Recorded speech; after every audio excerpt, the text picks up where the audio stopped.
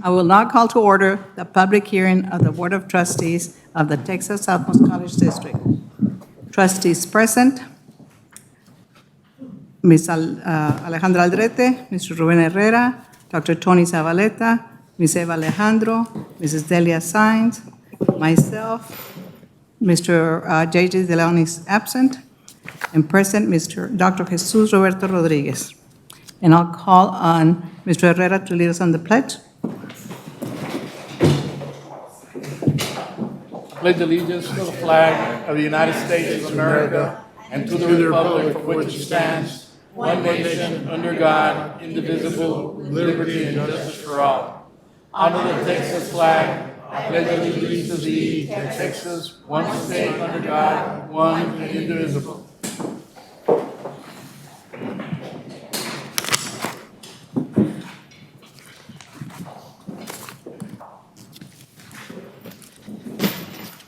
Item number 3, public hearing on proposed 2022 ad valorem tax rate for Texas Southmost College District.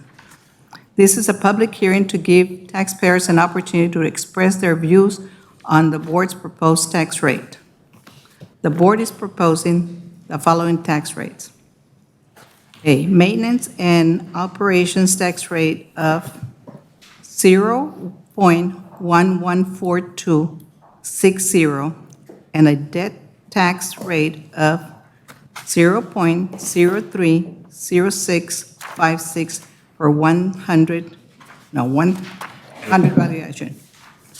This proposed rate is lower than the current rate. The notice of 2022 notice of tax rates is in Texas Southmost College District has been published on the TSC website since July 29, 2022. In order to provide opportunity for all who wish to comment, we have a 3-minute time limit on comments. As I call your name, please come up forward and to the microphone. Anyone? We don't have anyone?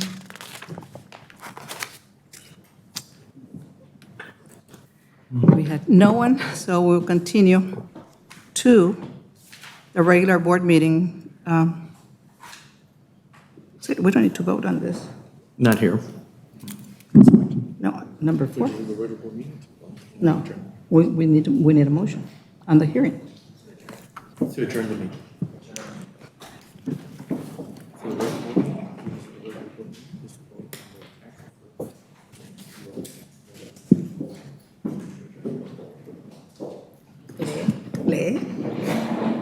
Okay, I'll take a motion to adjourn the meeting, the hearing. I so move. Motion by Mr. Herrera, second by Ms. Delia Sainz. All those in favor? Aye. Against? No discussion needed? Okay, and now we will go into the regular board meeting.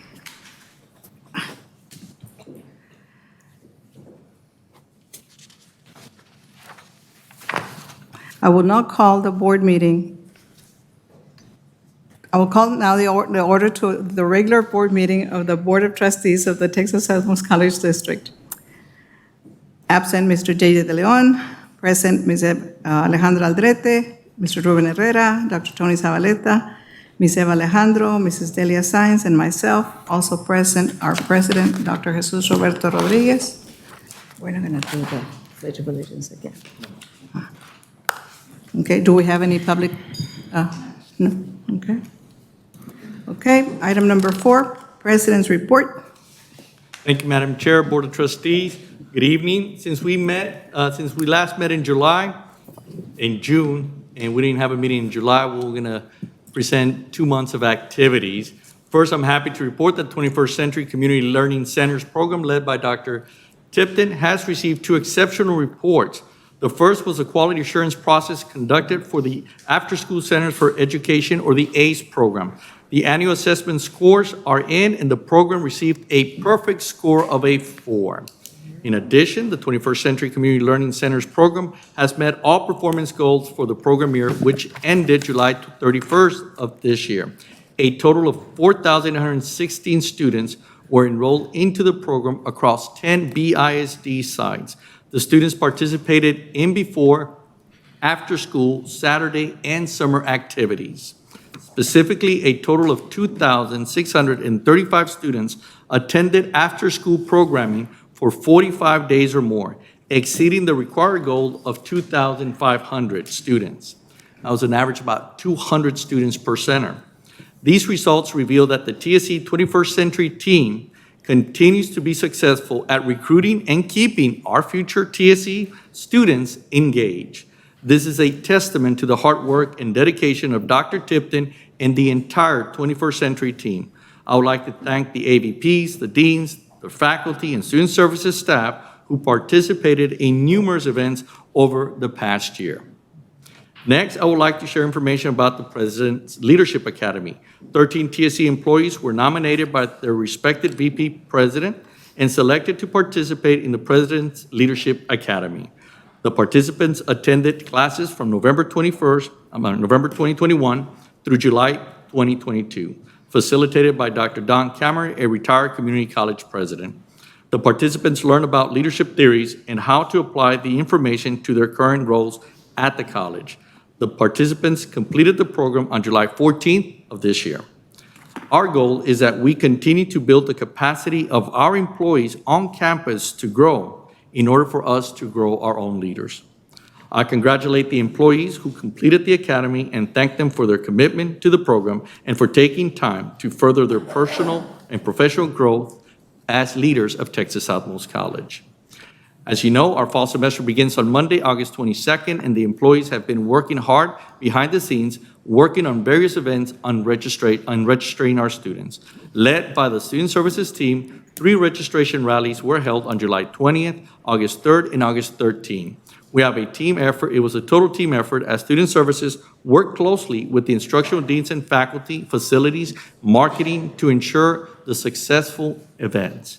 Students and their families enjoy the food, the games, the TSC swag, the radio DJs, and of course, getting information on programs and having faculty and staff available to get them enrolled in class.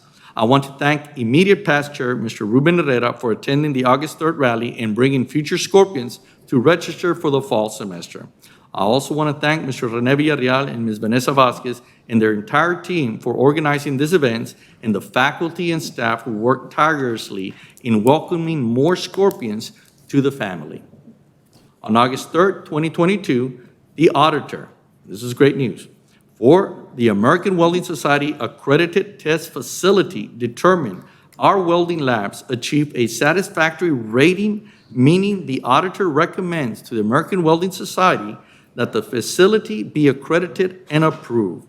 I would like to note that this makes us the only institution of higher education south of San Antonio to hold this distinction.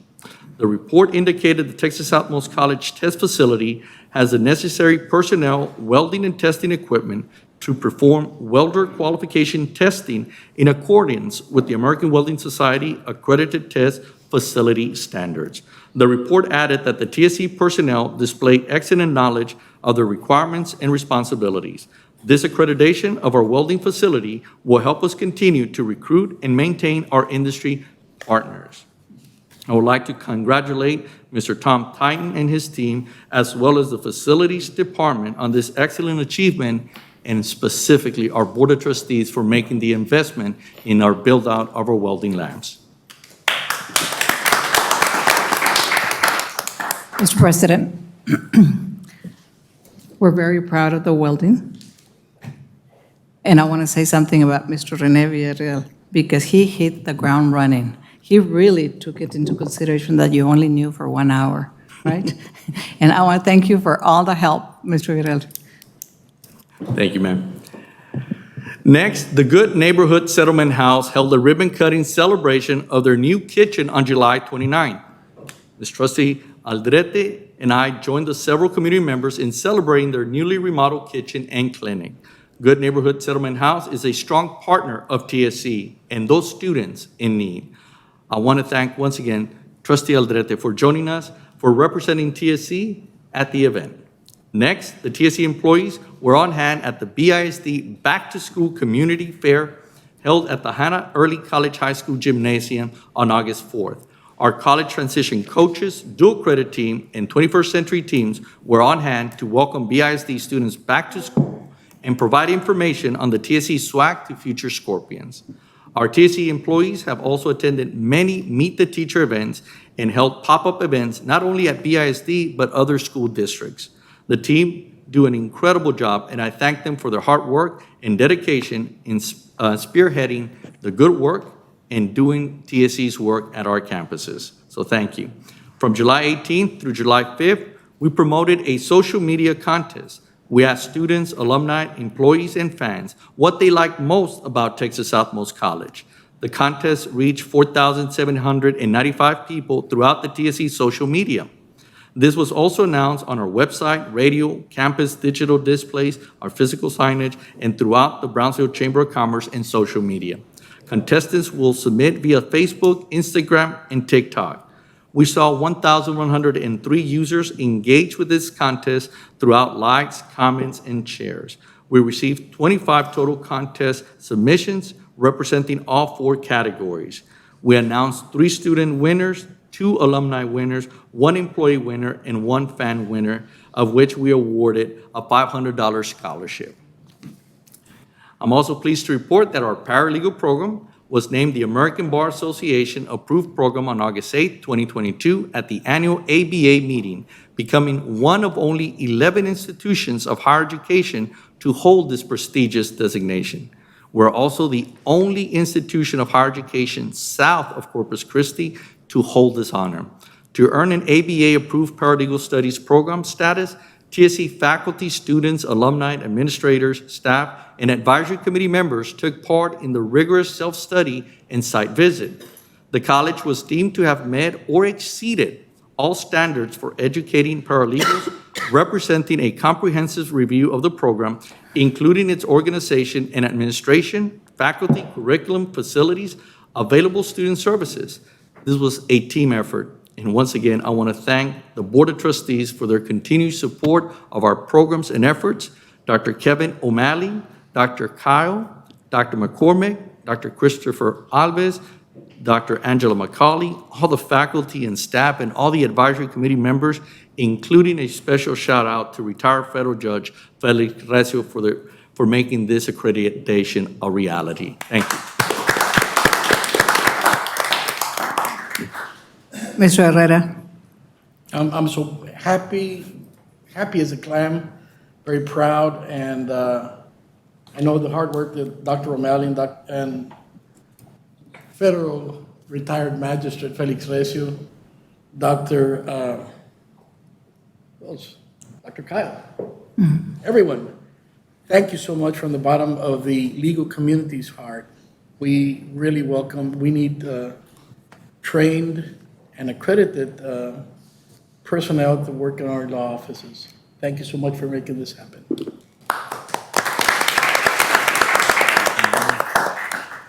On August 10th, we held a press conference to introduce 2 industry partners who are working with our Workforce Training and Continuing Education Division. AGMP International and Resource MFG representatives shared information on their business and how they are excited to work with Texas Southmost College. AGMP International is a new industry partner looking for graduates in the construction trade programs. Their needs are focusing on industrial construction along the Texas Gulf Coast. Resource MFG has been working with TSC already, hiring our forklift operator graduates. The company has hired full classes of forklift operators. I want to thank Dr. Flashman, Dr. Kyle, Mr. Simons for maintaining this industry partners relationships. Next, the Veterans International Bridge at Los Tomates held a groundbreaking ceremony for the DAP Improvement Project on August 12th. The U.S. Customs and Border Protection are an important partner to TSC, and we want to show our support of Brownsville Customs and Border Protection Port Director, Mr. Taylor Ortiz. And I want to thank Chair Adela Garza for helping us attend and be part and representing wonderfully Texas Southmost College. On the same day, the U.S. Navy was at the Port of Brownsville to brief local leaders on their efforts for dismantlement of the X-Enterprise aircraft carrier. A few years ago, the U.S. Navy visited the Port of Brownsville to discuss the initiation of an environmental impact statement for dismantlement of the X-Enterprise. The U.S. Navy is finalizing the environmental impact statement and visited the port to meet with interested local leaders to discuss the project and path ahead of this enterprise. I want to thank the Port of Brownsville for inviting us to participate in this event and visit. Next, we held an LVN pinning ceremony on August 12th. While it was a small group, their families came out in full force to support their loved ones. I want to thank Trustee Aldrete for attending and providing remarks to the LVNs and their families and friends. I congratulate the LVNs for their accomplishments and wish them well in their future and careers. This past Monday, we held our Fall 22 convocation. Employees enjoyed a good breakfast, and I want to thank Chair Adela Garza, Trustee Aldrete, and Trustee Sines for spending the morning with us. I want to thank Chair Garza for her inspirational and motivational remarks on the transformation of the college and acknowledging the employees for their role in the evolution of TSC and our continued success. My message was the world is changing, the workforce is changing, and therefore TSC, we operationally have to change. We need to adapt with the times in order for TSC, for us to stay relevant, because if we do not, we will be doing a disservice to our communities, the communities we serve. And we cannot let fear keep us from evolving, from growing, because great things are happening at Texas Southmost College, and it is a great time to be a Scorpion. Earlier in my report, I shared information on registration rallies held in July and August. One of the things we learned that while we were open during 8 to 5 to assist students register for classes, we will get a great interest in registration when the events were being held. People actually waited in their cars until the event or the rally started before entering the Olivera Student Services when there's staff in the building that could have assisted them earlier in the day. This observation led to several smaller events held during August, and the idea of Sting Week came about. Each day this week, now known as Sting Week, the week before the fall semester, we have rescheduled or have scheduled different events.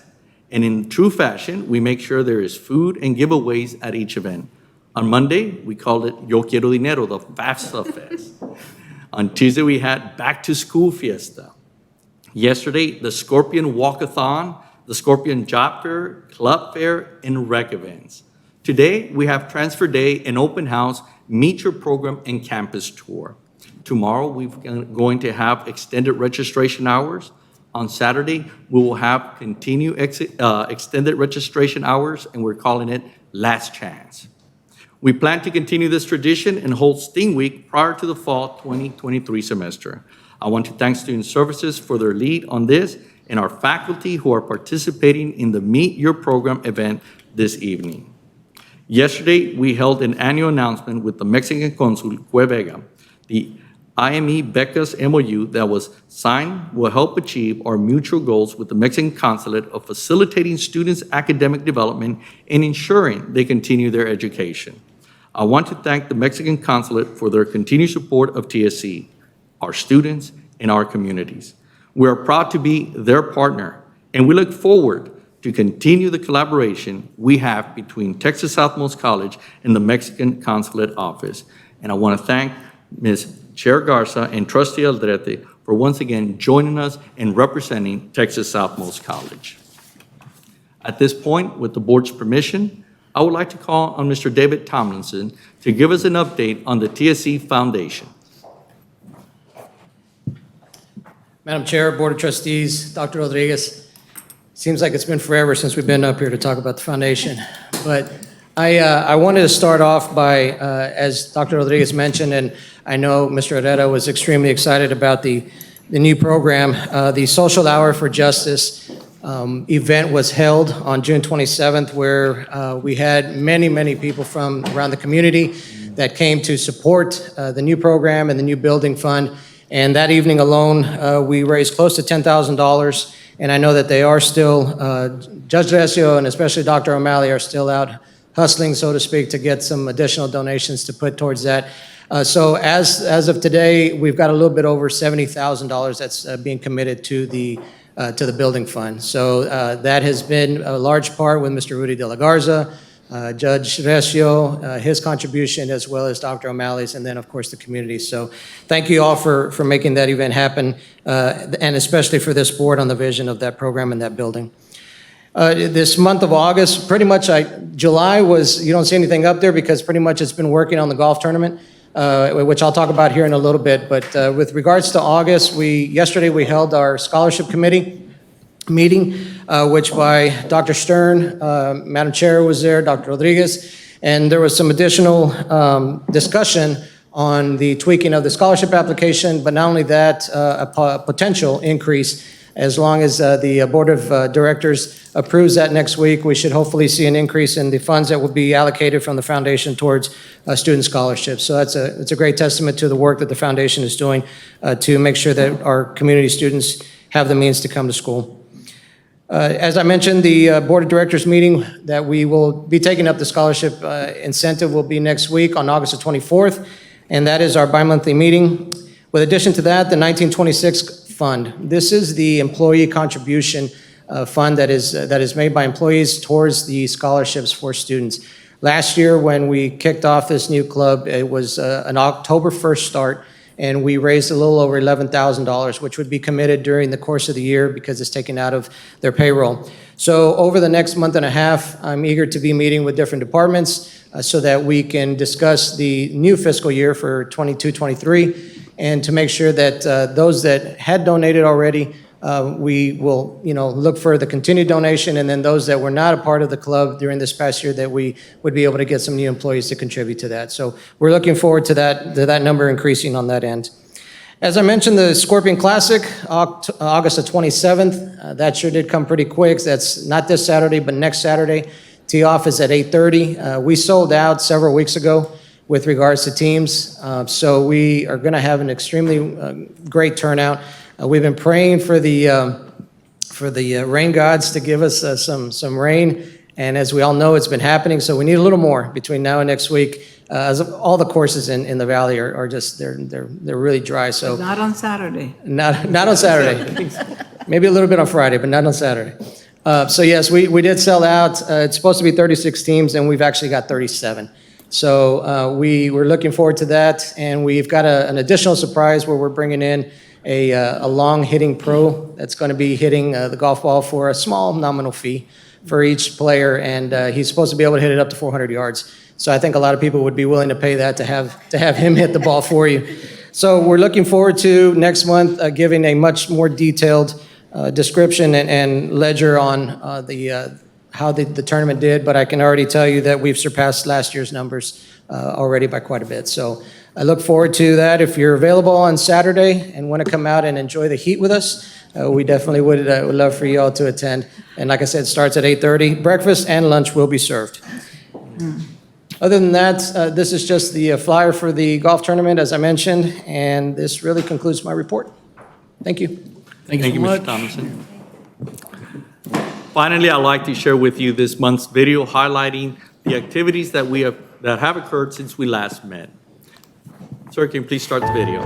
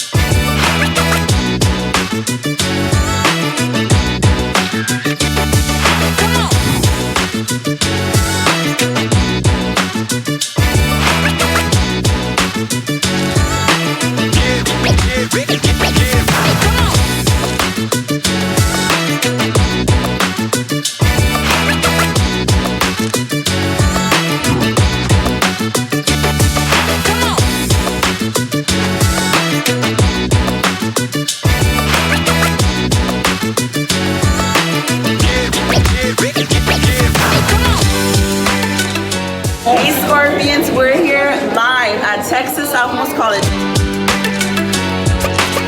What time is it? It's back to school time. This is Pediatric Hal. Hal is one of our high-fidelity mannequins used in EMS and nursing training. This is a drone that we're going to be using to carry payloads up to 5 pounds. So come on by. We're over at the registration rally. What's up, y'all? Two Boys are doing a live right now here at TSC. Make sure to come on by. We got lots of goodies for y'all. I want to invite everyone to come down, join the Scorpion family, go to high places. TSC is the key to success.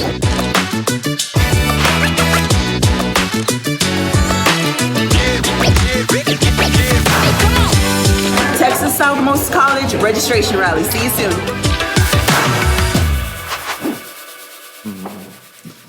All right, well, thank you again to the Board of Trustees for your continued support and commitment and supporting our college, our communities. Thank you to all the staff, faculty, all the employees for their hard work and service to our students.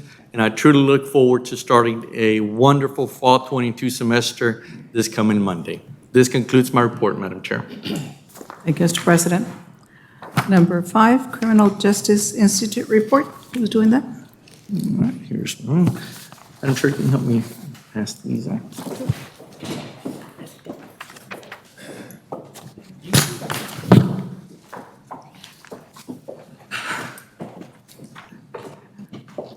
As you see before you is a report, the update that I would like to give to you that we met with the advisory committee. We had a good meeting. We've been implementing all the changes and requirements that took an effect for the graduation of this cohort that graduated in June. They have tested, the 14 that tested, 14 have passed. So with the new guidelines and requirements that were implemented this June 22 for the graduation cohort, out of this graduating cohort, 13 of the 14 cadets who tested passed the exam on their first attempt. So that shows a improvement on the program changes that we've done with a 92.8%. Now, the grading does occur during a year from September 1st to August 31st. So they're taking all previous grading. So regardless if we even had a 100% testing rate, we would have fallen before under the 80%. And the threshold for a program to be compliant with T-Code is 80% passing on the first attempt. So this year, we're looking at the numbers. We're going to recalculate in September. We'll give you hopefully the final number for the 21-22. But that ship sailed already. That was what we're anticipating. What the good news that I see is the changes that were made for this cohort that graduated. You see the improvements. 13 of the 14 passed on the first attempt. Now, with this new cohort, we'll continue to address it. They'll be testing. They'll be graduating in December, and they should be testing January, February, the latest of next year, and we're very hopeful we'll have a passing rate of 80 or above. I will keep the board members informed on the progress that we're doing with this program. Thank you. Yes, ma'am. How many students are in this cohort? Total number of cohort, I believe the number's 29, give or take 1 or 2. Okay. You know, one of the changes is we determine who's eligible to test based on the requirements and performance on their academic standing. So going into it, they know, even if they can complete it, we determine who's eligible to test. And those are good indications for the first time. That concludes my report. Thank you, sir. Item number 6. It's amazing. We didn't have a meeting in July, and we're trying to find our way today. We're still on vacation. Consideration and possible action on the minutes of the following meetings. I'll take one regular meeting for June the 16th. So move. Motion by Mr. Herrera. Second. Second by Ms. Alejandro. Discussion? All those in favor signify by saying aye. Aye. Okay, let's take a special meeting of August the 9th, 2022. I so move. Motion by Ms. Aldrete. Second. Second by Mr. Herrera. Discussion? All those in favor signify by saying aye. Aye. Motion carries.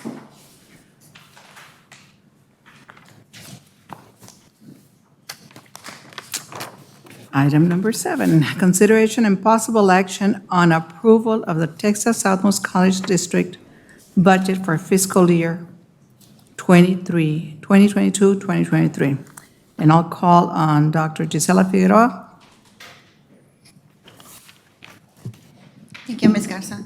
Members of the board, President Rodriguez, before you have the budget for next fiscal year, 22-23. These first slides have the timeline of the events that happen up to today. Here we have up to the calculation and then the budget tax timeline. The proposed budget scenario that we have for you is where we have all of the revenue from the facilities lease into one special project account, and also includes a package for employees where current employees making under $15 an hour will be increased up to $15. Employees making between $15.01 and $19.99 will receive a $2 hourly increase. All other employees will receive a one-time payment incentive to retain employees, as well as thanking them for their continued support with our safety protocols and pandemic-related policies from the institutional portion of the CARES Act, excluding senior executives. Senior executives will receive the $1,000 one-time payment as an incentive to retain employees, as well as thanking them for their continued support in our safety protocols and pandemic-related policies from the college operating budget. The budget comparison, this is our ENG, Educational and General Fund, the revenue that we're projecting for next fiscal year. It's $40 million to $41,865. That's, there's a variance of $901,413 from the prior fiscal year. It's composed in ad valorem tax revenue, tuition and fees revenue. We are decreasing the number of workforce training and continuing education revenue, and this is because we are lowering the number of cohorts in the criminal justice program. Also, the interest income is being reduced because of interest rate have dropped and dual enrollment increase. This is a comparison between what I just explained on the revenue projected for next fiscal year, along with the expenses and how those are distributed amongst the different divisions. At the end of at the bottom of the budget proposed, we have a zero budget, which means we are projecting the revenue and the expenses within that. We're not going into any excess. So we have everything projected within that, and that includes the employee package I covered and the special project account. Then next budget, we have the auxiliary revenue budget. This shows that we're projecting a budget of $4,598,930 for the auxiliary side. The main decrease is in the workforce training and continuing education program in the child care revenue. We continue to lower the numbers on the child care area. This is just like in the previous fund for the auxiliary. You have all the revenues that I explained earlier with the expenses that come within the auxiliary budget. And again, that includes the package that I presented earlier, proposed for the employees. There's, in this year, we have some budget reallocations to the CARES Act funding. That includes in approved, it's already, when I submitted this was in process of approved, but yesterday it actually got approved from Department of Education to add audiovisual to Jacob Brown. Softwares that we use, it's $630,862. These are softwares that we didn't have before pandemic. All of these expenses were pre-pandemic expenses, and we're just continue paying from the CARES Act for this year. And that is... Leave it there for a little while. Yes, sir. Let it soak in. Could you please back up to the slide that shows the decline in revenues for workforce training, continuing education? Yes, sir. The 191,652 estimated decline. Yes, this year we budgeted 2,463,000 from the prior year. There was a huge increase. The way that budget works is we only allow them to spend the money that they're generating. In other words, once they have a class, it's the money that they get to expend. This year, they have not spent the 2.4 million. That's why we're projecting a decrease, or what we consider right sizing to the amount of training that is projected for next year. Could you please provide us with a spreadsheet that shows this decrease by department? Yes, sir. I can provide that to you. Thank you. That would include enrollment and, so we can get a complete picture of what's happening there in order to develop a plan for improvement. Yes, sir. Thank you.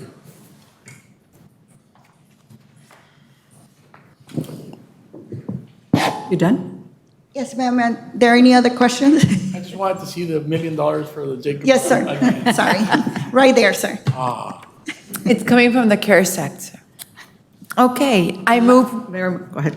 I move to approve the Texas Southmost College fiscal year 2022-2023 operating budget as presented. So a motion by Ms. Aldrete. Second. Second by Ms. Alejandro. Discussion? All those in favor? Aye. All those against? Motion carries.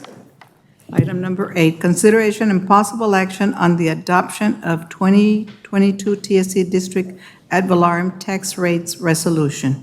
And I'll call on Dr. Fierro. Thank you, Madam Chair. Members of the Board, President Rodriguez, before you have the 2022 tax rate.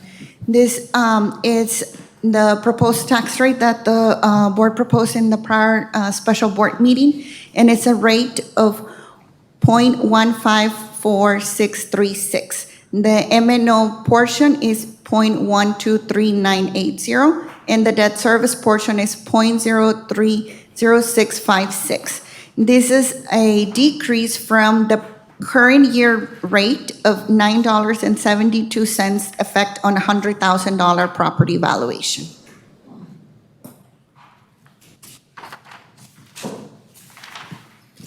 I move that we adopt a resolution approving the maintenance and operations tax rate of 0.114260 and a debt tax rate of 0.030656 per $100 evaluation for tax year 2022. Mr. Perez, do we need to read the resolution? That would be appropriate. Okay. That'd be a good idea. Do you want to do it first, Ms. Fierro, or do you want to do it? Do you have it, Ms.? Do you have it? Okay. Texas Southmost College District Resolution. Whereas the certified tax rolls for the year 2022 have been received for the Texas Southmost College District, and whereas it is necessary to set a tax rate for the year beginning January 1st, 2022, now therefore let it be resolved that the Board of Trustees of the Texas Southmost College District, that there will be levy for year 2022 on all property owned within the limits of Texas Southmost College District as of the first date of January 2022, except so much therefore as may be exempt by the Constitution of the United States and the law of this state, the following tax rate. Ad valorem tax assessment for tax year beginning January 1st, 2022 at 0.014260 per $100 valuation, an assessment rate of 100% of maintenance and operation rate for the Texas Southmost College District, and an ad valorem tax assessment for the tax year beginning January 1st, 2022 at 0.024148 per $100 valuation for the 2014A limited bonds, 0.004405 per $100 valuation for the 2015 limited tax refinancing bonds, and 0.002103 per $100 valuation of the 2017 limited bonds, adopted this 18th day of August 2022. Thank you. I have a motion by Mr. Herrera. I second that. Second by Ms. Aldrete. Any discussion? All those in favor signify by saying aye. Aye. Against? Motion carries. I have a question. Is it possible, or do we make this slide available online so that people who are actually interested in what goes on at the college are able to see this? Yes, sir. Okay, thank you It is very much. online. Okay, thank you, Dr. Figueroa. Thank you, ma'am. Item number 9, Finance Committee. Mr. Herrera, will you present? Yes. Thank you very much. The Finance Committee met on Monday, August 8th, 2022. Present were Ms. Aldrete, President Rodriguez, myself, and members of the TSC Administration, College Legal Counsel. The committee discussed the following items. 9A, consideration and possible action on an agreement with the City of Brownsville/Brownsville Metro to provide transportation services to Texas Southmost students to and from the college campus, as well as all of the routes of the Brownsville Metro. Dr. Figueroa. Thank you, Mr. Herrera. Madam Chair, members of the board, President Rodriguez. Before you, for your consideration, have the agreement with City of Brownsville Metro to provide transportation services to Texas Southmost College students to our campus and all the routes of the Brownsville Metro, once they show their student ID. This agreement has been, as you might recall, in place for a few years. Last year, we decreased that rate back to $40,000. This year, it remains at the same rate. The only thing that is changing or we're adding to the contract is that there will be provided a Kong ad, a wrap on one of their buses with our logo on it. So that is included already on the $40,000, and all of our students get to ride all of the Brownsville Metro rides anytime they're operating, not just to come to school, but to do any other thing they need. And that includes our dual credit. And that includes our dual credit students. Do they use it? This summer, we had the first request because during the fall and spring, the school districts provide transportation, but in the summers, the school districts do not provide that transportation, so that's on the students. So this summer, we encountered where some of them were needing those services, so we added that into the agreement saying they're students, so they need to ride the bus as well. Thank you. Pretty cool. I move to approve the agreement with the City of Brownsville in the amount of $40,000 and authorize President Rodriguez to execute the agreement. I second that. Motion by Mr. Herrera, second by Ms. Aldrete. Any discussion? All those in favor signify by saying aye. Aye. Against? Motion carries. Item 9B, consideration and possible action on the approval of the proposed tuition and fee schedule for fiscal year 2023. Dr. Figueroa. Thank you, Mr. Herrera.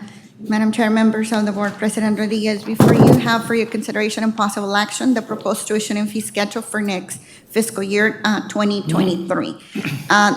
In your packet, you have the changes that we're proposing to the tuition and fee schedule. The tuition remained the same.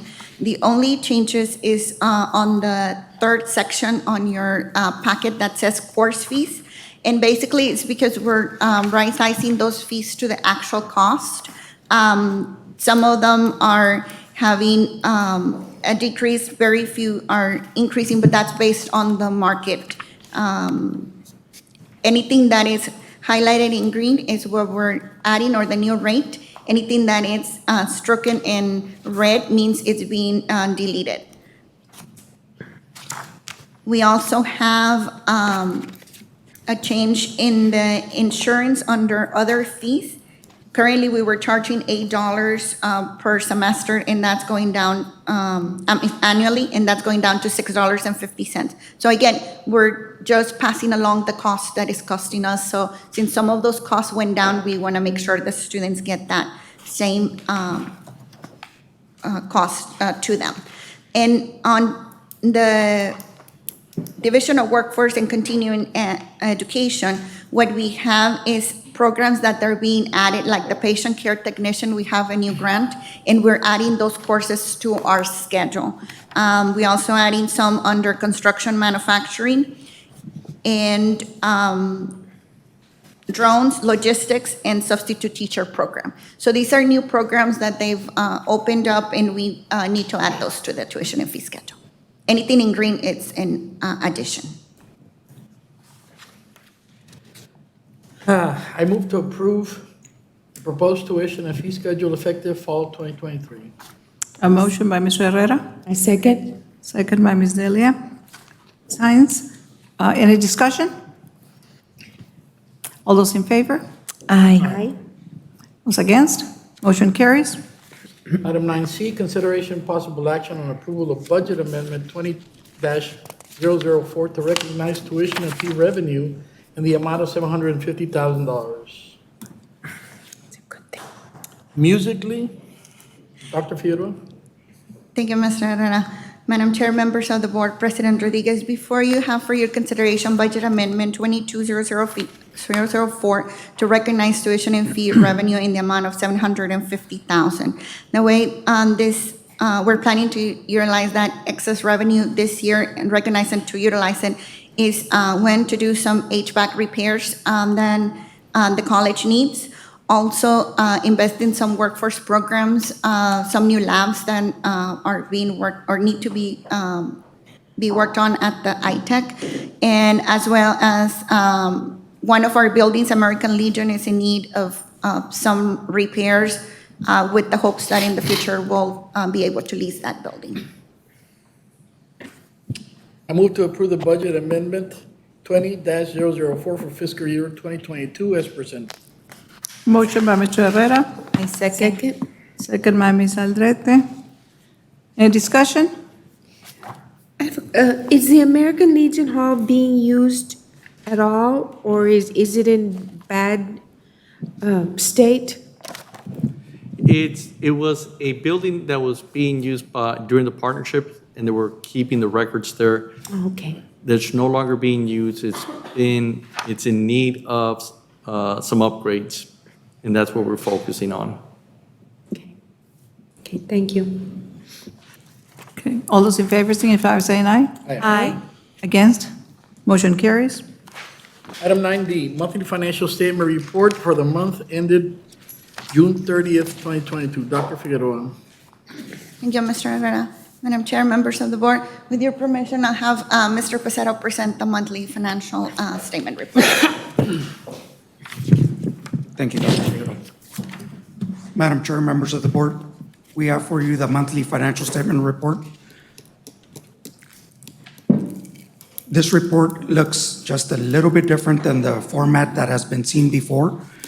We are including 2 months of activity in this report, and they can be seen here in these 2 columns. We're reporting the month of May and the month of June. The rest of the report is in a similar format where we have a description of the activity along the left, and then I'll primarily concentrate my presentation on the activity for the months respectively. So we'll begin with the first of the 3 funds that we adopt a budget for. This is the Education and General Fund. And we begin with revenue, where we have a subtotal at the bottom of this slide, $1,522,985. The next slide is where our expenditure category for ENG begins. We have 2 subtotals on this slide. They can be signed here and here. We have $1,785,000 and $1,206,000 for May and June. And then we have a benefit subtotal, $434,000 and $348,000 respectively. Moving on to the next slide, we have the M&O category for general fund. It begins on this slide, runs through the next, and then concludes here. And we have the 2 subtotals for May and June, $838,000 and $1,139,000 for May and June respectively. On the following slide, we have subtotals for travel and our general institutional categories. So we have our subtotals here, $24,000 and $4,200 for May and June for travel, and then we have $102,000 and $161,000 for May and June for the general institutional category. If we move to the last slide here for general fund, we have our scholarship activity for May and June. We can see that at the top here, $10,000 and $19,000.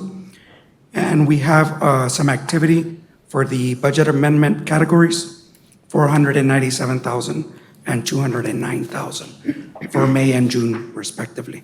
The last two set of numbers I'll draw attention to here is the total expenditures for general fund, and those are $3,693,000 and $3,087,000 for May and June respectively. So that's revenue and expenses for the general fund. Moving on to the second of the three funds, this is the auxiliary fund, and we have a subtotal for both May and June here for revenue, $320,000 for May and $203,000 for June. On this slide is where the expenditures categories begin. We have two subtotals, one for salaries and wages, which is $157,000 and $126,000 for May and June. And the benefit subtotal is $29,000 and $26,000. The next slide is where our M&O category begins for the auxiliary fund, and it runs through this slide and concludes on the next. And we have the two subtotals for that category here, $89,000 and $63,000 for May and June respectively. We move to the last slide for the auxiliary fund. It's where we have a subtotal for travel here at the top, $1,500 and $678 for May and June. The other two sets of numbers I'll point out here are the total expenditures for auxiliary fund, $278,000 and $217,000 for the auxiliary fund. So that's revenue and expenses for auxiliary fund. And the third of the three funds, this is the general obligation and revenue bond funds.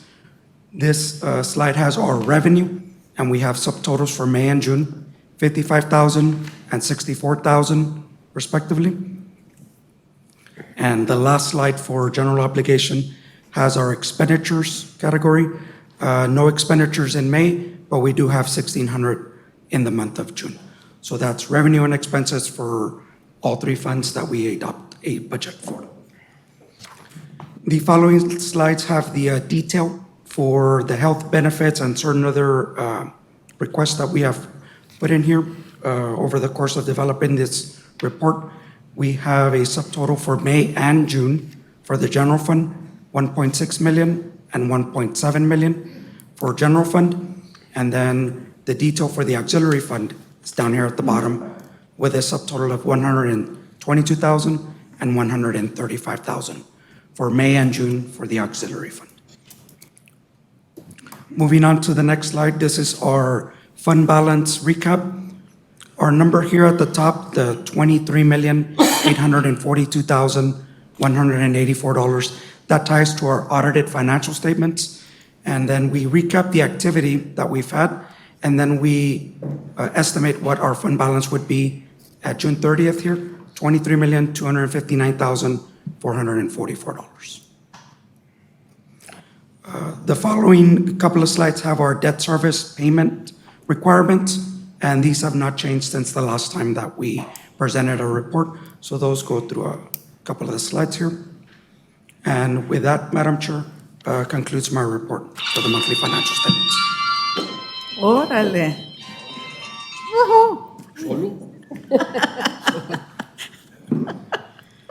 I promise I had nothing to do with it. Thank you, Mr. Pecero. This was was for informational purposes only. No action is required. I think we have a ghost here. With good taste in music. Yeah. Next item is item 9E, third quarter investment report for fiscal year 2022. I'll call on Dr. Figueroa. Thank you, Mr. Herrera. Madam Chair, members of the board, before you have the third quarter investment report for fiscal year 22, and Mr. Pizarro will do the presentation of the investment report. Thank you, Dr. Figueroa. Madam Chair, members of the board, President Rodriguez, we have for you the third quarter investment report that covers the period March 1st to May 31st. And we have our table here that we placed on the first page of the report that recaps the activity for the last two quarters and then also details the quarter that we are reporting on.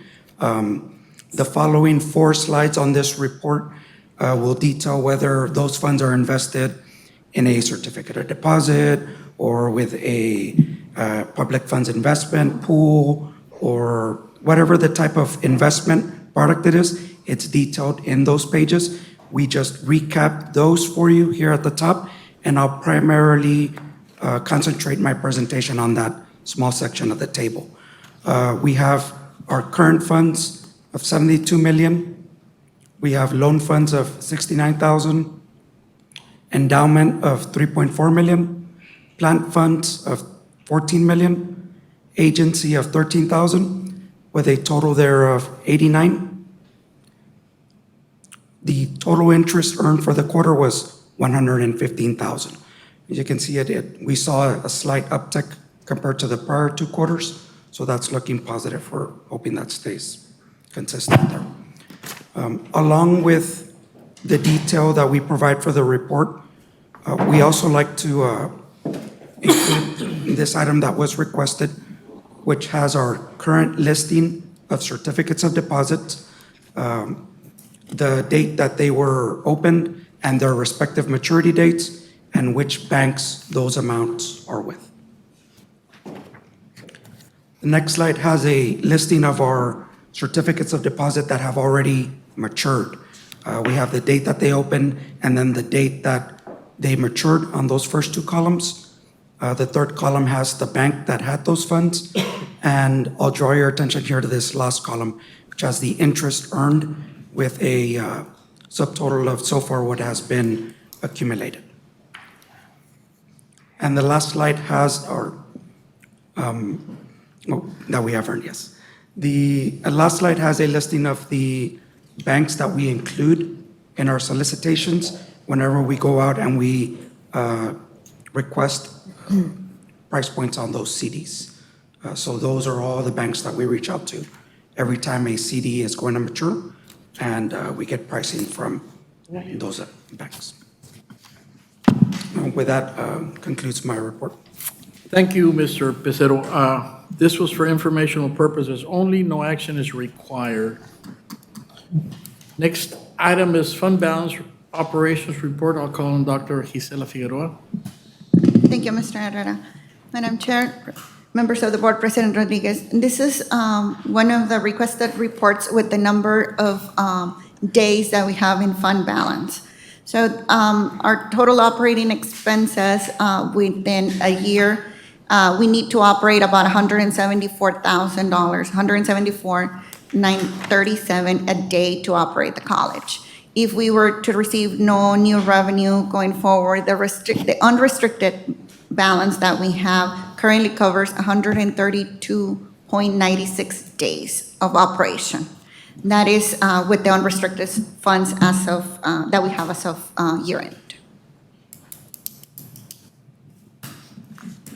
Is that it? Yes, sir. Thank you. This item was for informational purposes only. No action is required. Next item is institutional cares expenditure report. This is exclusively for Dr. Zavaleta. This is the expenditure CARES report, new expenditures for the past 2 months, and it was a total of $666,717 that was spent out of the CARES fund. Grand total to date is $12,198,265. And in the next slides, you have the report of all of the vendors that were paid from CARES, our address, and what we actually purchased from them.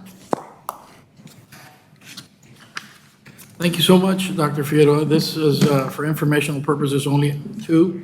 No action is required on this item. Next item is, that concludes my report. No. No? No? 9H. 9H. 9H, grants awarded to Texas Alamos College for the month of June and July 2022. Thank you, Mr. Madam Chair, members of the board, President Rodriguez. With your permission, I'll have Dr. Angelica Fuentes present the grant report for the months of June and July of 2022. We missed you last time, Dr. Figueroa. Oh, Dr. you missed me Fuentes. so much, you got my name wrong. Dr. Fuentes, I apologize. Hello, thank you. Madam Chair, TSC Board of Trustees, and President Rodriguez, I'm here to present the 2 grants we received last month. The first one is from Texas Workforce Commission. It's our Skills for Small Business. $77,000 would be used for childcare providers, that have employees of 100 or less. To provide training to them. And our second is just an extension of a 5-year grant we have with the National Science Foundation. So we asked for a 1-year, no-cost extension. Any questions? That's it? That's it. Wow. You did work June and July, though. No, next month will be a good month. Okay. Yes. Dr. You Fleischman, spoiled us and then. Yes. thank you so much. Thank you, sir. This item was for information purposes only. No action is required. Next item is 9I, Texas TSC CARES Act for Students. I'll call on Dr. Figueroa. Thank you, Mr. Arana. Madam Chair and members of the board, President Rodriguez. The next item is for information purposes, the TSC Cares for Students. From the Student CARES Act portion, we still have a remaining balance in the original award was $7.7 million. We have a little bit over $1 million left over in that in that account that will be distributed to the students that enroll for fall semester. Full-time students? All students, All students. regardless of their status, whether they're part-time or full-time, they get CARES money. Whether you take 3 hours or 12 hours or 15 hours. That's really good. Credit. Credit on the credit side only, not workforce, just on the credit side, and not dual enrollment, just regular college students. How much will they receive? It will depend on the final enrollment number, ma'am. So the amount will be distributed equally once we know the enrollment for the fall semester. Thank you. This is a good item. It was for informational purposes only. No action is required. Thank you, Dr. Figueroa. Thank you, Mr. President. Thank you, Madam Chair. That concludes my report. Thank you, Mr. Herrera. Item number 10, Student Services, and I'll call on Ms. Delia Sines to present the item. The Student Services Committee met on Tuesday, May 9, 2022. Present were Ms. Alejandro, President Rodriguez, myself, members of the TSC administration, and College Legal Counsel. The committee discussed the following item: consideration and possible action to approve men's and women's soccer program. I call on Mr. Rene Villarreal, Associate Vice President of Student Services, and Dr. Armando Ponce, Executive Director of Student Life and Civility, to present this item. Good evening, Ms. Sines, Madam Chair, members of the board, President Rodriguez. Let me start off by saying it's a new day and new things are coming our way. To present the item, I'd like to ask Dr. Armando Ponce. Thank you, Madam Chair, members of the board, Dr. Rodriguez. As you know, TSC has a rich history of athletics, and this presentation is going to talk about the process, the probability of bringing athletics back to Texas Southmost College. Now, that process is going to begin with an application and a letter of interest that was submitted to the National Junior College Athletic Association. This is just to show our interest. Now, of course, pending the board's approval, if we get approved, we would move on to the next phase of the process, which would be to schedule a regional visit. We belong to Region 14, and I'll cover that in my other slides. And then a virtual national visit that would all take place before the month of October. So to kind of give you an idea of how the process would work, again, you know, if approved by the board, once those visits are complete, we would go into year zero. Year zero would consist of a promotional media campaign, telling the community about that we're bringing back athletics. We'd start a fundraising campaign. We'd build out our athletic department, and we would start our initial recruitment process. And then along with year zero, in an effort to promote and to fundraise, we would do what is very popular among other colleges that have programs similar to the one that we're proposing. We would do like these ID soccer camps where we bring students from our area, and it's a pay to try out, and it helps us identify talent. Along with that, we will do an all-star game at the end of the spring semester, local Valley talent, where we could also, one, fundraise by hosting the event, and then by also trying to recruit our local all-stars. We would also kick off our off-season training program, and then we would begin offering sports camps for elementary, middle school, and high school students.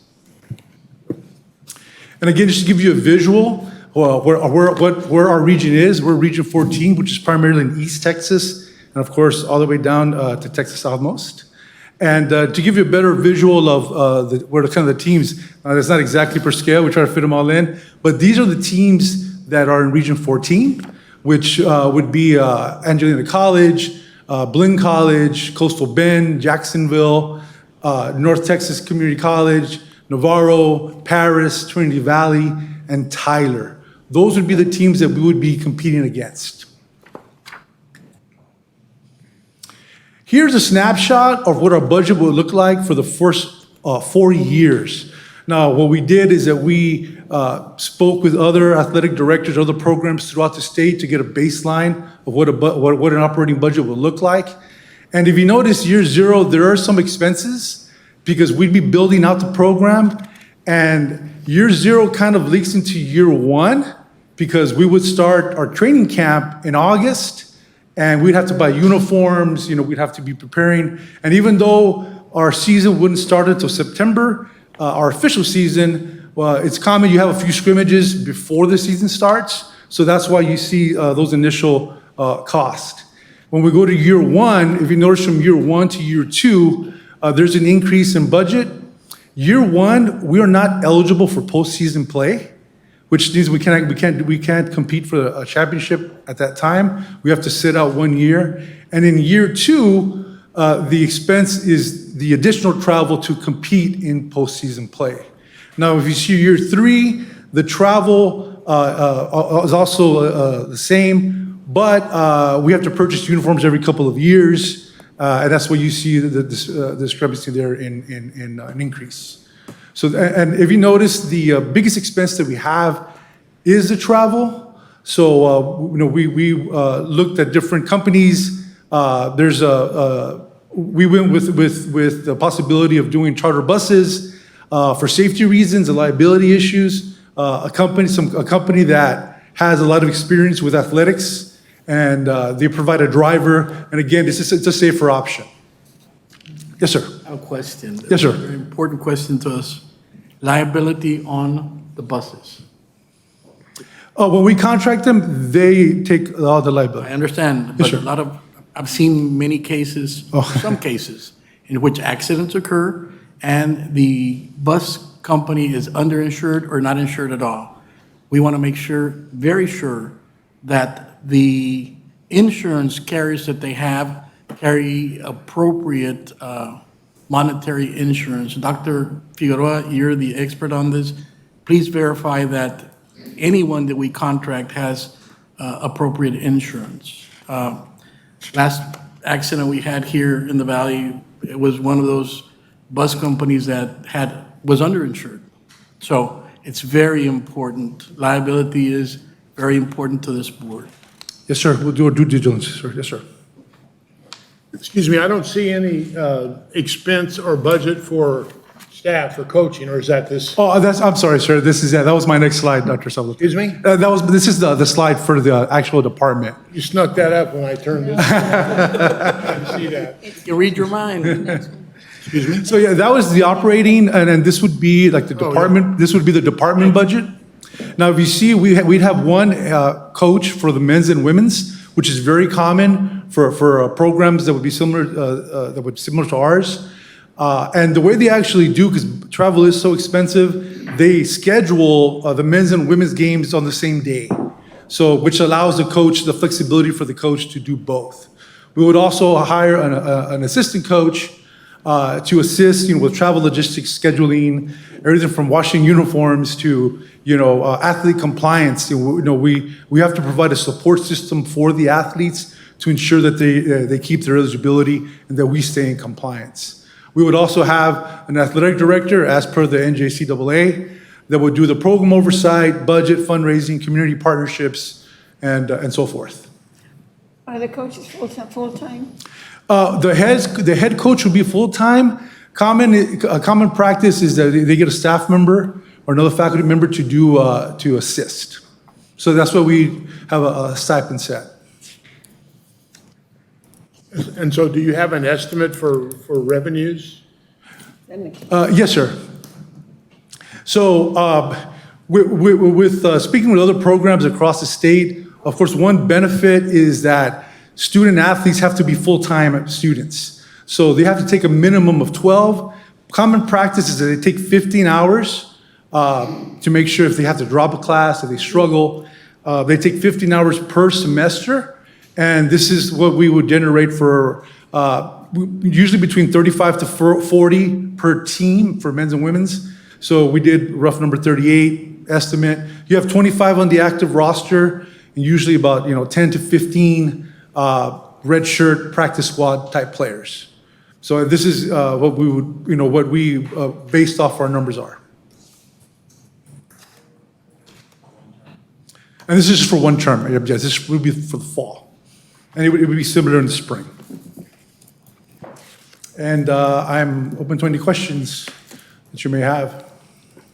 Would the soccer team be able to use the sports center, The Brownsville Sports Complex? Yes, that would be one of the partnerships that we would seek out. It's very common that municipalities work with their institutions to host those types of games. We would also be able to host games here at our field as well.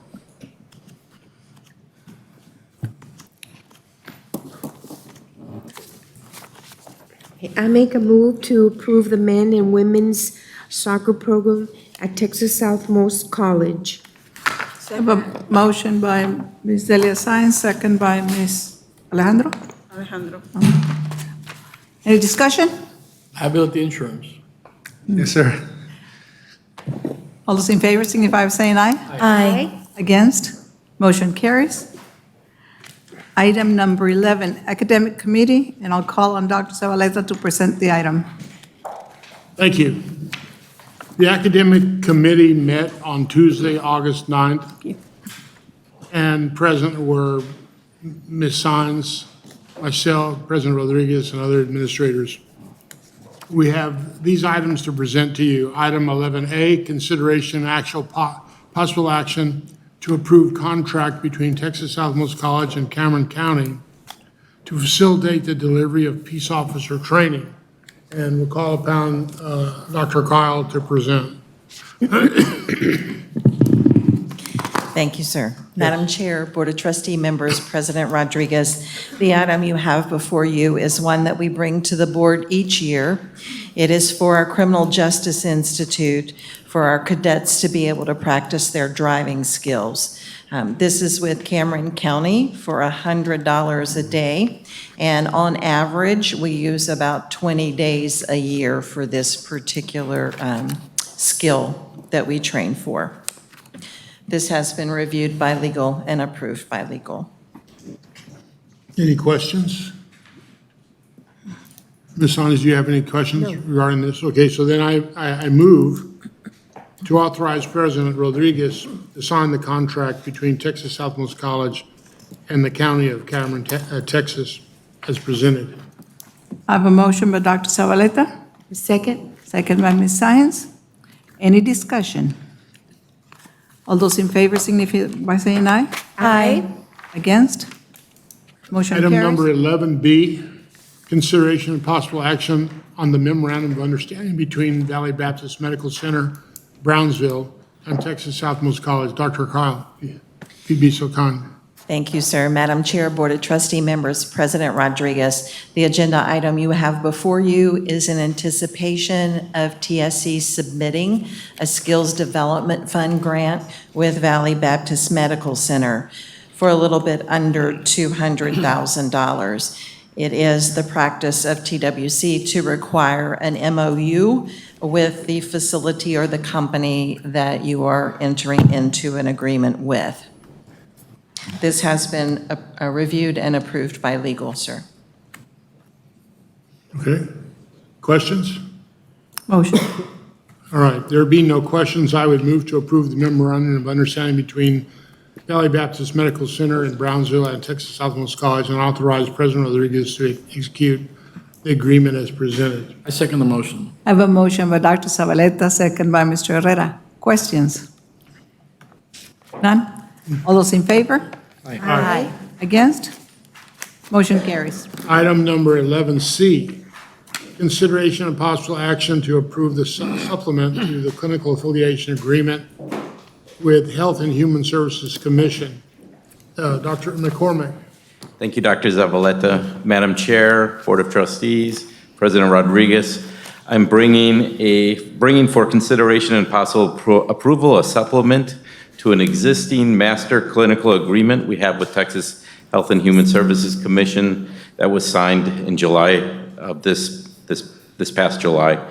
This supplement adds the Medical Laboratory Technology Program to our agreement, allowing TSC to place our Medical Laboratory Technology Program students at Health and Human Services Commission clinical sites to complete their accredited program, clinical competencies. The supplement will be valid through August of 2027. The supplement has been reviewed and approved by legal. Okay. Okay, I move to approve clinical affiliation and supplement agreement with Health and Human Services Commission for the Medical Laboratory Technology Program and authorize President Rodriguez to sign the agreement. Motion by Dr. Zavaleta, Second. second by Ms. Alejandro. Discussion? Questions? All those in favor signify by saying aye. Aye. Against? Motion carries. Item 11D, consideration and possible action on approval of memorandum of understanding between Texas Southmost College and the City of Brownsville Urban Lab. Call upon Dr. McCormick to present. Thank you, Dr. Zavaleta. The next item I am bringing is, again, possible approval for an MOU between TSC and the City of Brownsville. The agreement will enable our TSC architecture program students to utilize at no cost designated property space for educational and community services purposes. The space is located at 609 East 11th Street. The space will be named the TSC Urban Lab.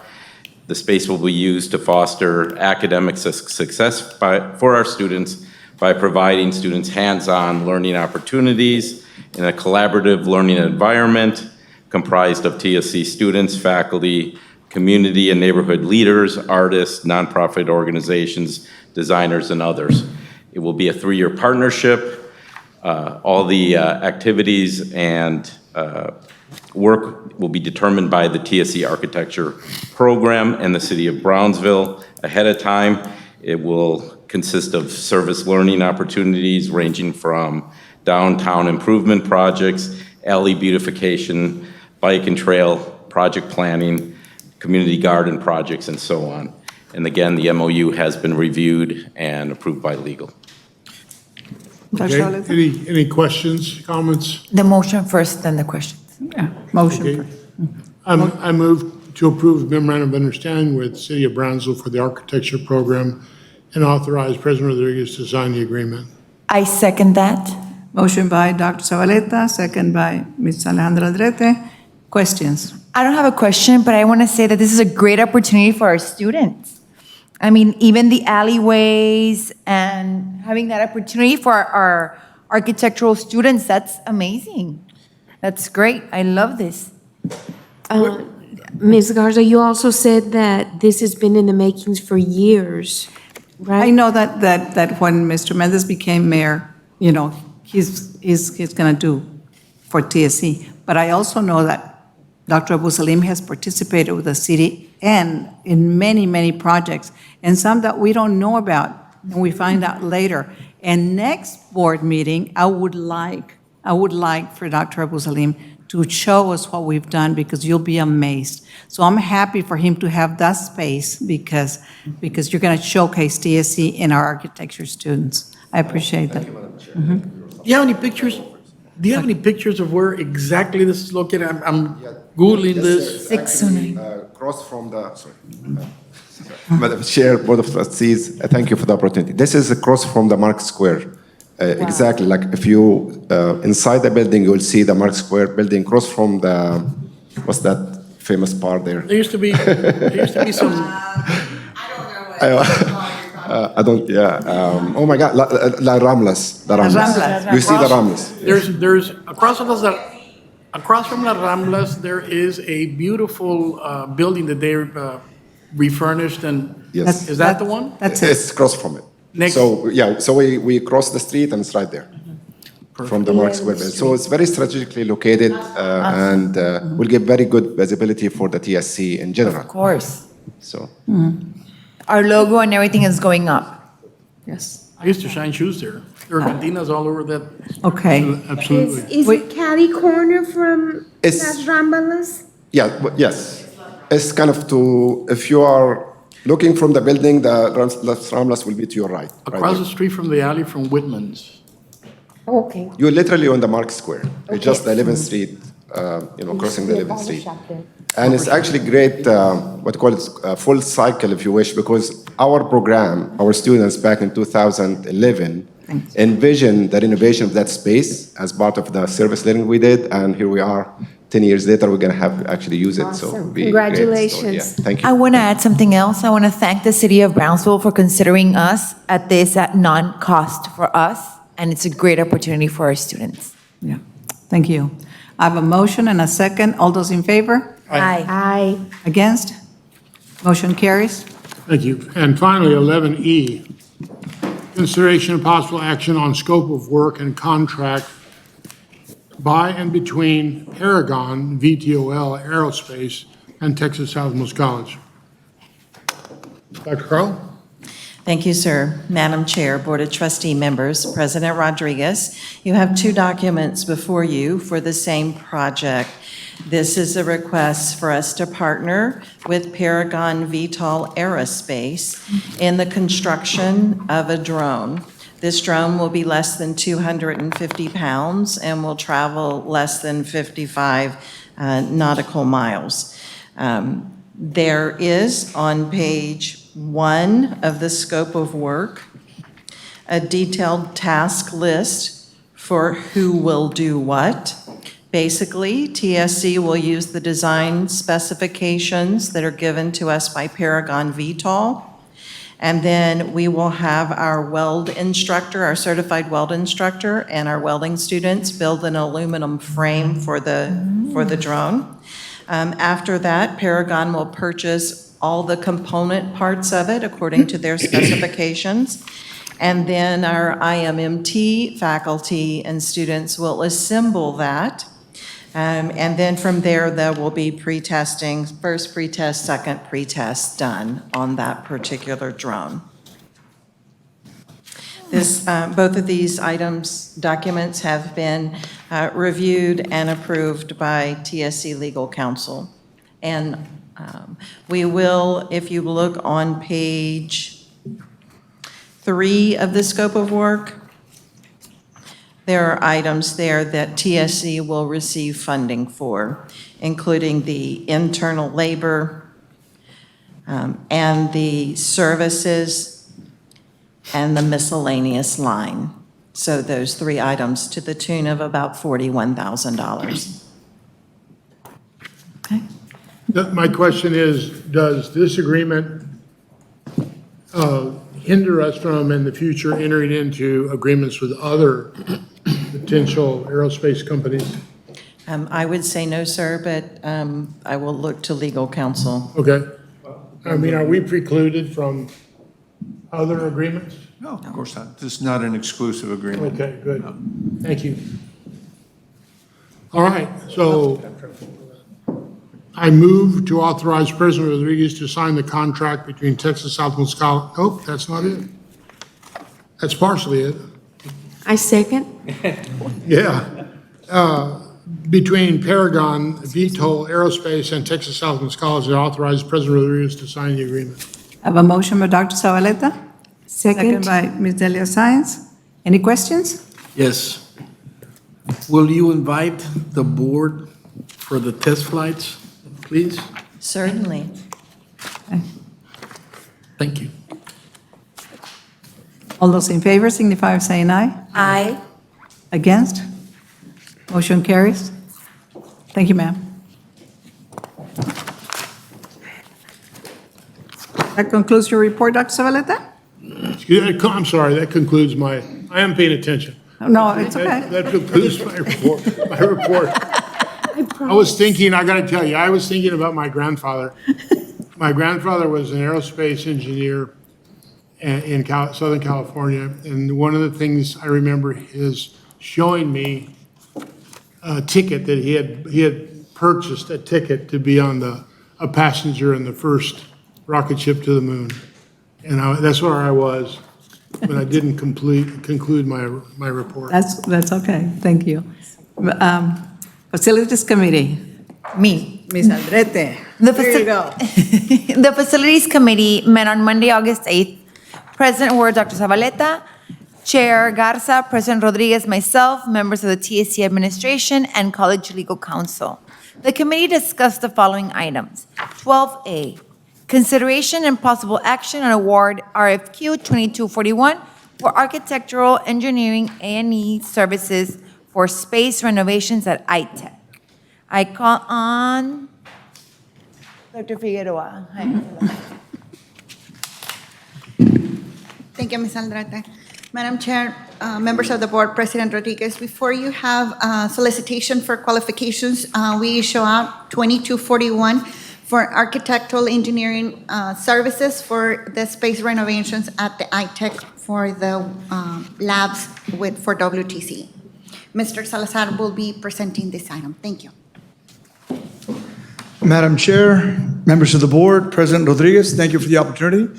As we mentioned, request for qualifications 22-41. Here's the RFQ timeline that you all had in your binders through today, August 18th, as we propose to the TSC Board of Trustees. The RFQ scope of work: to select an architect and engineering services for the design of space that will be used for the future diesel and laser programs at ITEC. The estimated square footage impacted by this is 14,116 square feet. The second space remodeling project will be subsequently needed for the workforce training and continuing education area at ITEC. This space is comprised of about 9,503 square feet. The selected firm must provide designs, specs, and construction administration for the new construction and possible expansion, as well as recommendations for actual plant location to improve existing conditions that better reflect the solid investment for the college.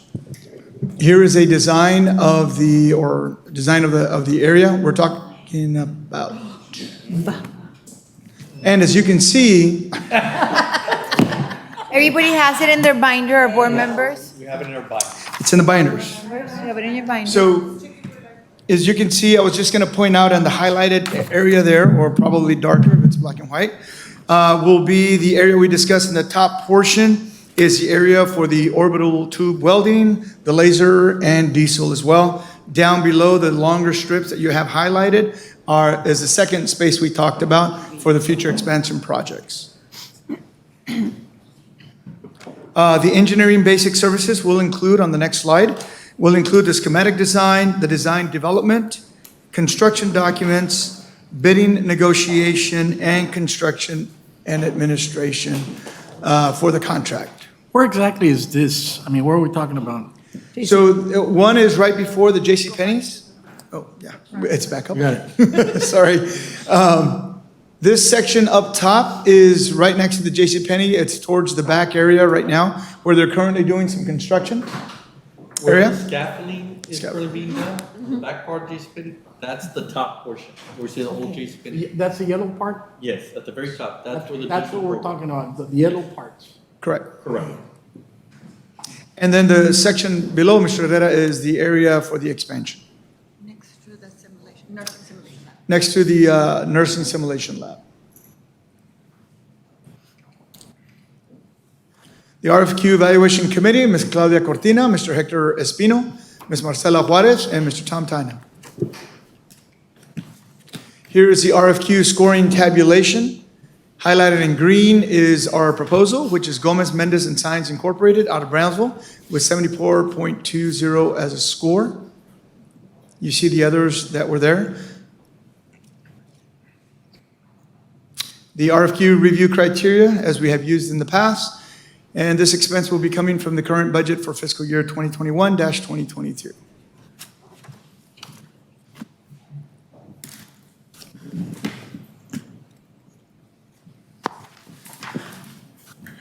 I move to award RFQ 2241 for Architectural Engineering AE Services for Space Renovations at ITEC to Gomez Mendez Science, Inc., GMS Architects, and authorize President Rodriguez to negotiate and execute the contract as presented.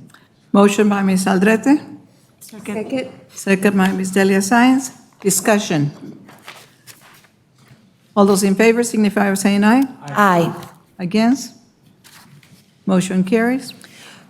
12B, consideration and possible action on approval of 4 commercial HVAC units purchased for the Jacob Brown Auditorium. I call on Dr. Figueroa and Mr. Salazar. Thank you, Ms. Aldrete. Madam Chair, members of the board, President Rodriguez. Before you have this item, which is to purchase units for the Jacob Brown Auditorium, specifically for the Women's Center, that item will be presented by Mr. Jaime Salazar. Great, thank you again, Madam Chair, Board of Trustee members, President Rodriguez. So the project scope, TSC is in need of 2 15-ton, 1 10-ton, and 1 7.5-ton cooling and heating commercial unit for the Women's and Youth Center and the lobby area of the Jacob Brown Auditorium. These units are currently operating at their maximum capacity and not providing the services needed. The staff recommends or proposes the immediate replacement of these units due to the multiple scheduled events scheduled for the fall of 2022 and spring 2023. These 4 units, originally installed 41 years ago, will replace existing equipment of the same train model. By using the same brand and model, the existing curb electrical service, control, and other infrastructure installation can be used. The purchase through the manufacturer will avoid unnecessary increment of installation costs. Staff recommends to purchase this equipment directly from the manufacturer, Train US Incorporated, through Buy Board Contract 631-20. This purchase will be made directly from the equipment manufacturer through Buy Board Purchasing Cooperative in accordance with TSC Board Policy Manual for the purchase and acquisition procedures under Local Government Code 271-or.102. Let me move on to the next one. Here are some pictures of it, but just, Ms. Aldrete, I know you had some questions during committee, so we did do a subsequent canvas for some price comparisons. Carrier Enterprise quoted us $45,783 and a few cents. Perry Mechanical came in at $65. So going directly with the manufacturer was the best. Okay, and Carrier did not have the additional items for it as well. So. Okay, thank you. So we did look at the other for balance broken. This picture just of the units. There we go. I move to approve purchase of 4 commercial HVAC units for Jacob Brown Auditorium in the total amount of $40,500 from Train US Incorporated through Buy Board Purchasing Cooperative, Contract 631-20, and authorize President Rodriguez to execute the purchase order contract as presented. Second the motion. A motion by Ms. Aldrete, second by Mr. Herrera. Any discussion? Questions? All those in favor signify by saying aye. Only 41 Aye. Aye. Only 41 years? Come on. Item 12C. Wait, I'm not done with them. All in favor signify by saying aye. Aye. Against? Motion carries. Go ahead. Sorry. 12C, consideration and possible action on approval of commercial boiler purchase for the main campus thermal plant. I call on Dr. Figueroa and Mr. Salazar. Thank you, Ms. Aldrete. Madam Chair, members of the board, President Rodriguez. This is a purchase of a commercial boiler for our main campus thermal plant. Mr. Jaime Salazar will be presenting this item as well. Again, Madam Chair, Board of Trustees, President Rodriguez, thanks again for this opportunity. So the purchase of commercial boiler for the main campus thermal plant. The project scope, TSC is in need to replace one of the two main boilers that serve the main campus thermal plant. The function of this boiler is to send hot water, not only to push it during the winter out for hot water, but also during the rest of the time, especially in the summertime, it helps moderate the condensation within the buildings. So it's got a dual purpose there throughout the year. Within this, that will help repair all of that. The boiler has surpassed its life cycle. Bottom line, the system is down. And we have one boiler, so should anything happen to that one boiler, we run into some problems. So we're really in dire need to get this done. Our due diligence has been made by facility staff in reaching out to the manufacturer company to obtain a quote to replace the boiler. Staff recommends a purchase of this equipment through Texas Air Systems LLC, through the Interlocal Purchasing System, TIPS, Purchasing Cooperative. In accordance to TSC Board Policy Manual for Purchases and Acquisition Procedures under Local Government Code 271.102, sorry about that. Here is the existing equipment. Here is the existing equipment that we have that we've been trying to use. We've replaced it. It's beyond repair. It's in its last, or it's down. Looks like it. Yes. This is what we're looking to purchase to replace that with. I move to approve purchase of one commercial boiler for main campus in the total amount of $77,800 from Texas Air Systems LLC through the Interlocal Purchasing System TIPS Purchasing Cooperative contract, and authorize President Rodriguez to execute the purchase order as presented. A motion by Ms. Aldrete, Second. second by Ms. Alejandro. Discussion? Questions? All those in favor signify by saying aye. Aye. Against? Motion carries. Close your report. No. Item 12D, facilities update. I call on Dr. Figueroa and Mr. Salazar. Thank you, Ms. Aldrete. Next is our facilities project update, and Mr. Salazar will give us that update of the 6 different campus projects that we've been presenting on. So again, the facilities project update, we'll run right through these. We'll be talking about the ITEX Dillard roof renovation, campus parking lot, courtroom and criminal justice project, Oliveda Student Services second floor cafeteria project, Oliveda Student Services second floor restroom additions project, and the Rustenburg Building Repairs project. In the roof renovations, the work is in progress. The removal of all of the excess equipment on the 3rd floor and infrastructure is being done. The re-roofing work is in progress. The joist replacement works has progressed as smoothly as we anticipated, so that's a good thing. And the demo in progress on 3rd floor has exceeded our expectations, so that's moving along really fast. The re-roofing and electrical work is scheduled to be completed still by the end of this month, and we're right on schedule with that. And the project completion date is still estimated at the end of the month. Here are some photos of some of the work that's been done and the joist replacement. Some additional pictures there of the roof drains and installation and demo on the 3rd floor. Number 2, the campus parking lot improvement project status. The notice to proceed was sent to the contractor. Demo work is in full force as we speak in R3 and R4, north and south, Newman and Old Education parking lots. Just this morning, we walked out the area north of the Child Care Center, number 1, and North Building. Great work, really good. Lines are painted and it's ready to go and being used again as they continue to shift into the Newman, Eidman, and Tandy area. So they're moving really quick on that. Project will be continue moving along as scheduled and is anticipated to be done by the fall of 2022. Here's an area that we just talked about that is currently under construction.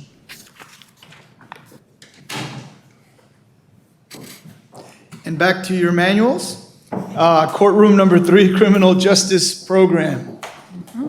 The courtroom and criminal justice program continues to be a work in progress. The demolition construction work continues. Installation and electrical work will start within this next week. We've got the supplies in. Courtroom furniture millwork production will begin, that one actually has begun, and the jury and gallery seating will be outsourced. Courtroom furniture millwork should be finished by September 2022. However, as we have mentioned. Pictures. All right. Furniture. Oh, it's up. Here we go. The mill work may be a little delayed, and that's just because of supply chain, especially on wood. Although the prices have come down back a little bit, it's still backed up, so we're still waiting on some of that. And these are some of the pictures that we have seen there on the demolition work. Of the furniture that we agreed on, or that, We don't have pictures of the furniture, but we'll get those. will you please, before you Yes. pull the trigger? Yes, sir. We were going to discuss them, last we talked, and we have not. So before you buy them, please bring it to us. Yes, sir. Oliveda Student Services Center, second floor cafeteria project status. The plumbing and construction work has been completed. The electrical work will be finished. The first week, well, we actually got through most of it now. We've got a few more items left, but that's done. The vendor equipment will be installed towards the end of next week, and the cafeteria is projected to open operations during the fall of 2022. Most of the vendor equipment was already put up there, so we got completed with most of that as well. There's some photos there of the finished work. Oliveda Student Services Center, second floor, restroom additions project status. So the RFP results were presented to the board in May. Contract has been sent to the contractor for final review. The notice to proceed will be sent and awarded to the contractor company once the contract is fully executed. Construction work is expected to begin, and we're still on track with that by September 2022. And there is the schematic of that we've seen. The Rustenburg Building Repairs Project status. The roof work in Building 1 and Building 2 is not only in progress, but almost done. The water drain connection has been completed. The ground gutter and sidewalk work is scheduled to begin in August. They've already begun that, and the project completion date is still, we're on track. We may have a few delays based on the rain this past week. However, we're pretty much on track by the end of the month. And those are the photos that we had initially seen. And we can see a lot of the work that's already been done. Construction, dredging was done as well, and they should be finished up with that. Got a couple days delay just because of the rain, but work is looking and working really well. Do you have any questions on the updates? Thank you. Just to clarify, will the TSA Scorpion Cafe be open for the students next week? Yes, ma'am. We're working with the vendor right now to move in the equipment. The city will come and do the inspection, so we're hoping that will be done by next week. The inspection and the green light to start opening, like a soft opening before the actual inauguration. Will you invite us? Yes, sir. Everyone except Mr. Herrera. And a special request, a tortilla de harina with frijoles, as I wanted. We'll let Mr. Escudero know the special request. Thank you. Madam Chair, this concludes my report. Thank you, Ms. Aldrete. Policy Committee, Mr. Herrera, because Mr. JJ is not. The Policies Committee met on Monday, August 8th. Present were Mr. De Leon, Chair of this committee, Chair Garza, President Rodriguez, and myself. Members of the TSC administration, Cottonwood Legal Counsel, and Board Legal Counsel. The committee discussed the following items. 13A, consideration and possible action on approval of the following local policies: CIA, CJ, DCG, and DHA. I will call on Mr. Peña to present the item. Good afternoon, Mr. Herrera, Madam Chair, President Rodriguez. Before you have the four policies that are before you to be adopted. CIA basically is an equipment and supplies management policy. It mainly deals with the issues dealing with electronic records keeping. It's more of an administrative issue than anything else. CJ is transportation management. That's to clarify issues dealing with student travel. DGC is the employee rights and privileges provision. The previous content of this policy has been removed. The employee solicitation has been moved to a new standalone policy, DHC, which don't have in front of you right now. but it was removed from this portion of it, and it's moved to DHC. References to DHC have also been added to this policy to where they're appropriate. The last one is DHA. It's the employee standards of conduct, searches and alcohol/drug testing. This is pretty much the same that we've had every year. That's been a standard policy. And of course, the standard in these kinds of searches or conduct is if there's reasonable cause to believe that there's an impairment to an employee on campus, and to be reported to an appropriate individual to take proper action. Mr. Peña, would you clarify the constitutional right to unreasonable searches and seizures on employees and staff on this item? It is included in this particular policy. Obviously, every individual has the right to refuse the right to be searched or be tested, but then that also has consequences. But this gives us the ability to make that request. I'm referring to the unreasonable search and seizure. Well, unreasonable would be where there is no indication that anybody has any kind of impairment, or there's an allegation unfounded of drug or alcohol use. And those are very serious allegations that would include the individual refusing to be searched if he or she does not believe that they've been impaired or that they have anything illegal on them. So just for clarification for staff and the board. Yes, sir. The school does not have the authority to go and say, Dr. Figueroa, I need your drug tested right now. Correct? Absolutely. No. Thank you. Absolutely not. That's what I want to make very clear.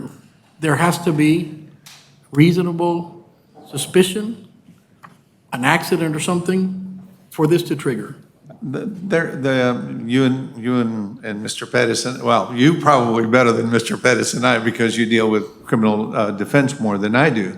But reasonable suspicion deals with you have an objective, something that is objectively seen, that you can see someone either emanating alcohol, stumbling, falling, and it could be that they're not impaired due to alcohol or drugs. It could be something else, a health issue.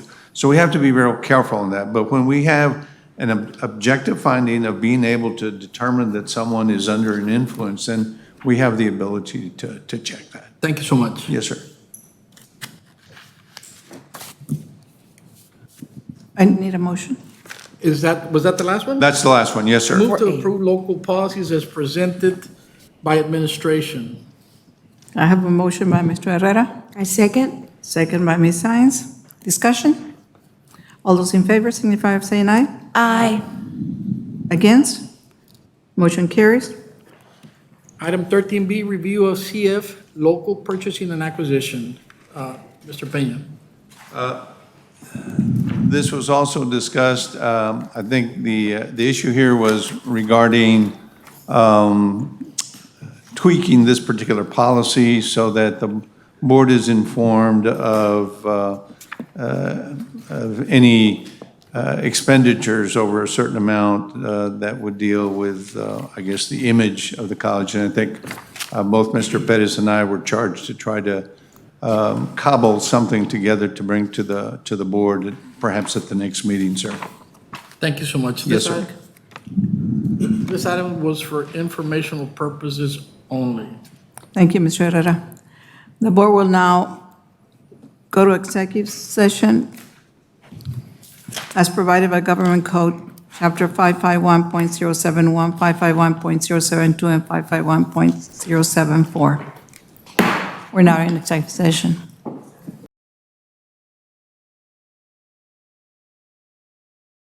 Motion on executive session items? Yes. I move that the board approve the salary schedule for fiscal year 2021-2022 as presented in executive session. I have a motion by Ms. Aldrete, Second. second by Ms. Delia. Science. All those in favor? Aye. Aye. Against? Motion carries. Item number 16, announcement of next meeting dates. Regular board meeting, September the 15th. It's your birthday, Mr. Herrera. You're going to be here? Yes? Okay. I'm a responsible board member. When is it? September 15th. No vas a poder celebrar el grito. And then the regular board meeting, October the 20th. Is that Mr. okay? President, can you make sure we have some Welch's grape juice? Yes, sir. What flavor? Pues tiene que ser así. Oh, yeah. To pretend. It could be either dark or light. Okay, I'll entertain a motion for adjournment. So moved. Motion by Mr. Herrera, second by Ms. Andrete. All those in favor? Aye. Aye. Against? Motion carries. We stand adjourned.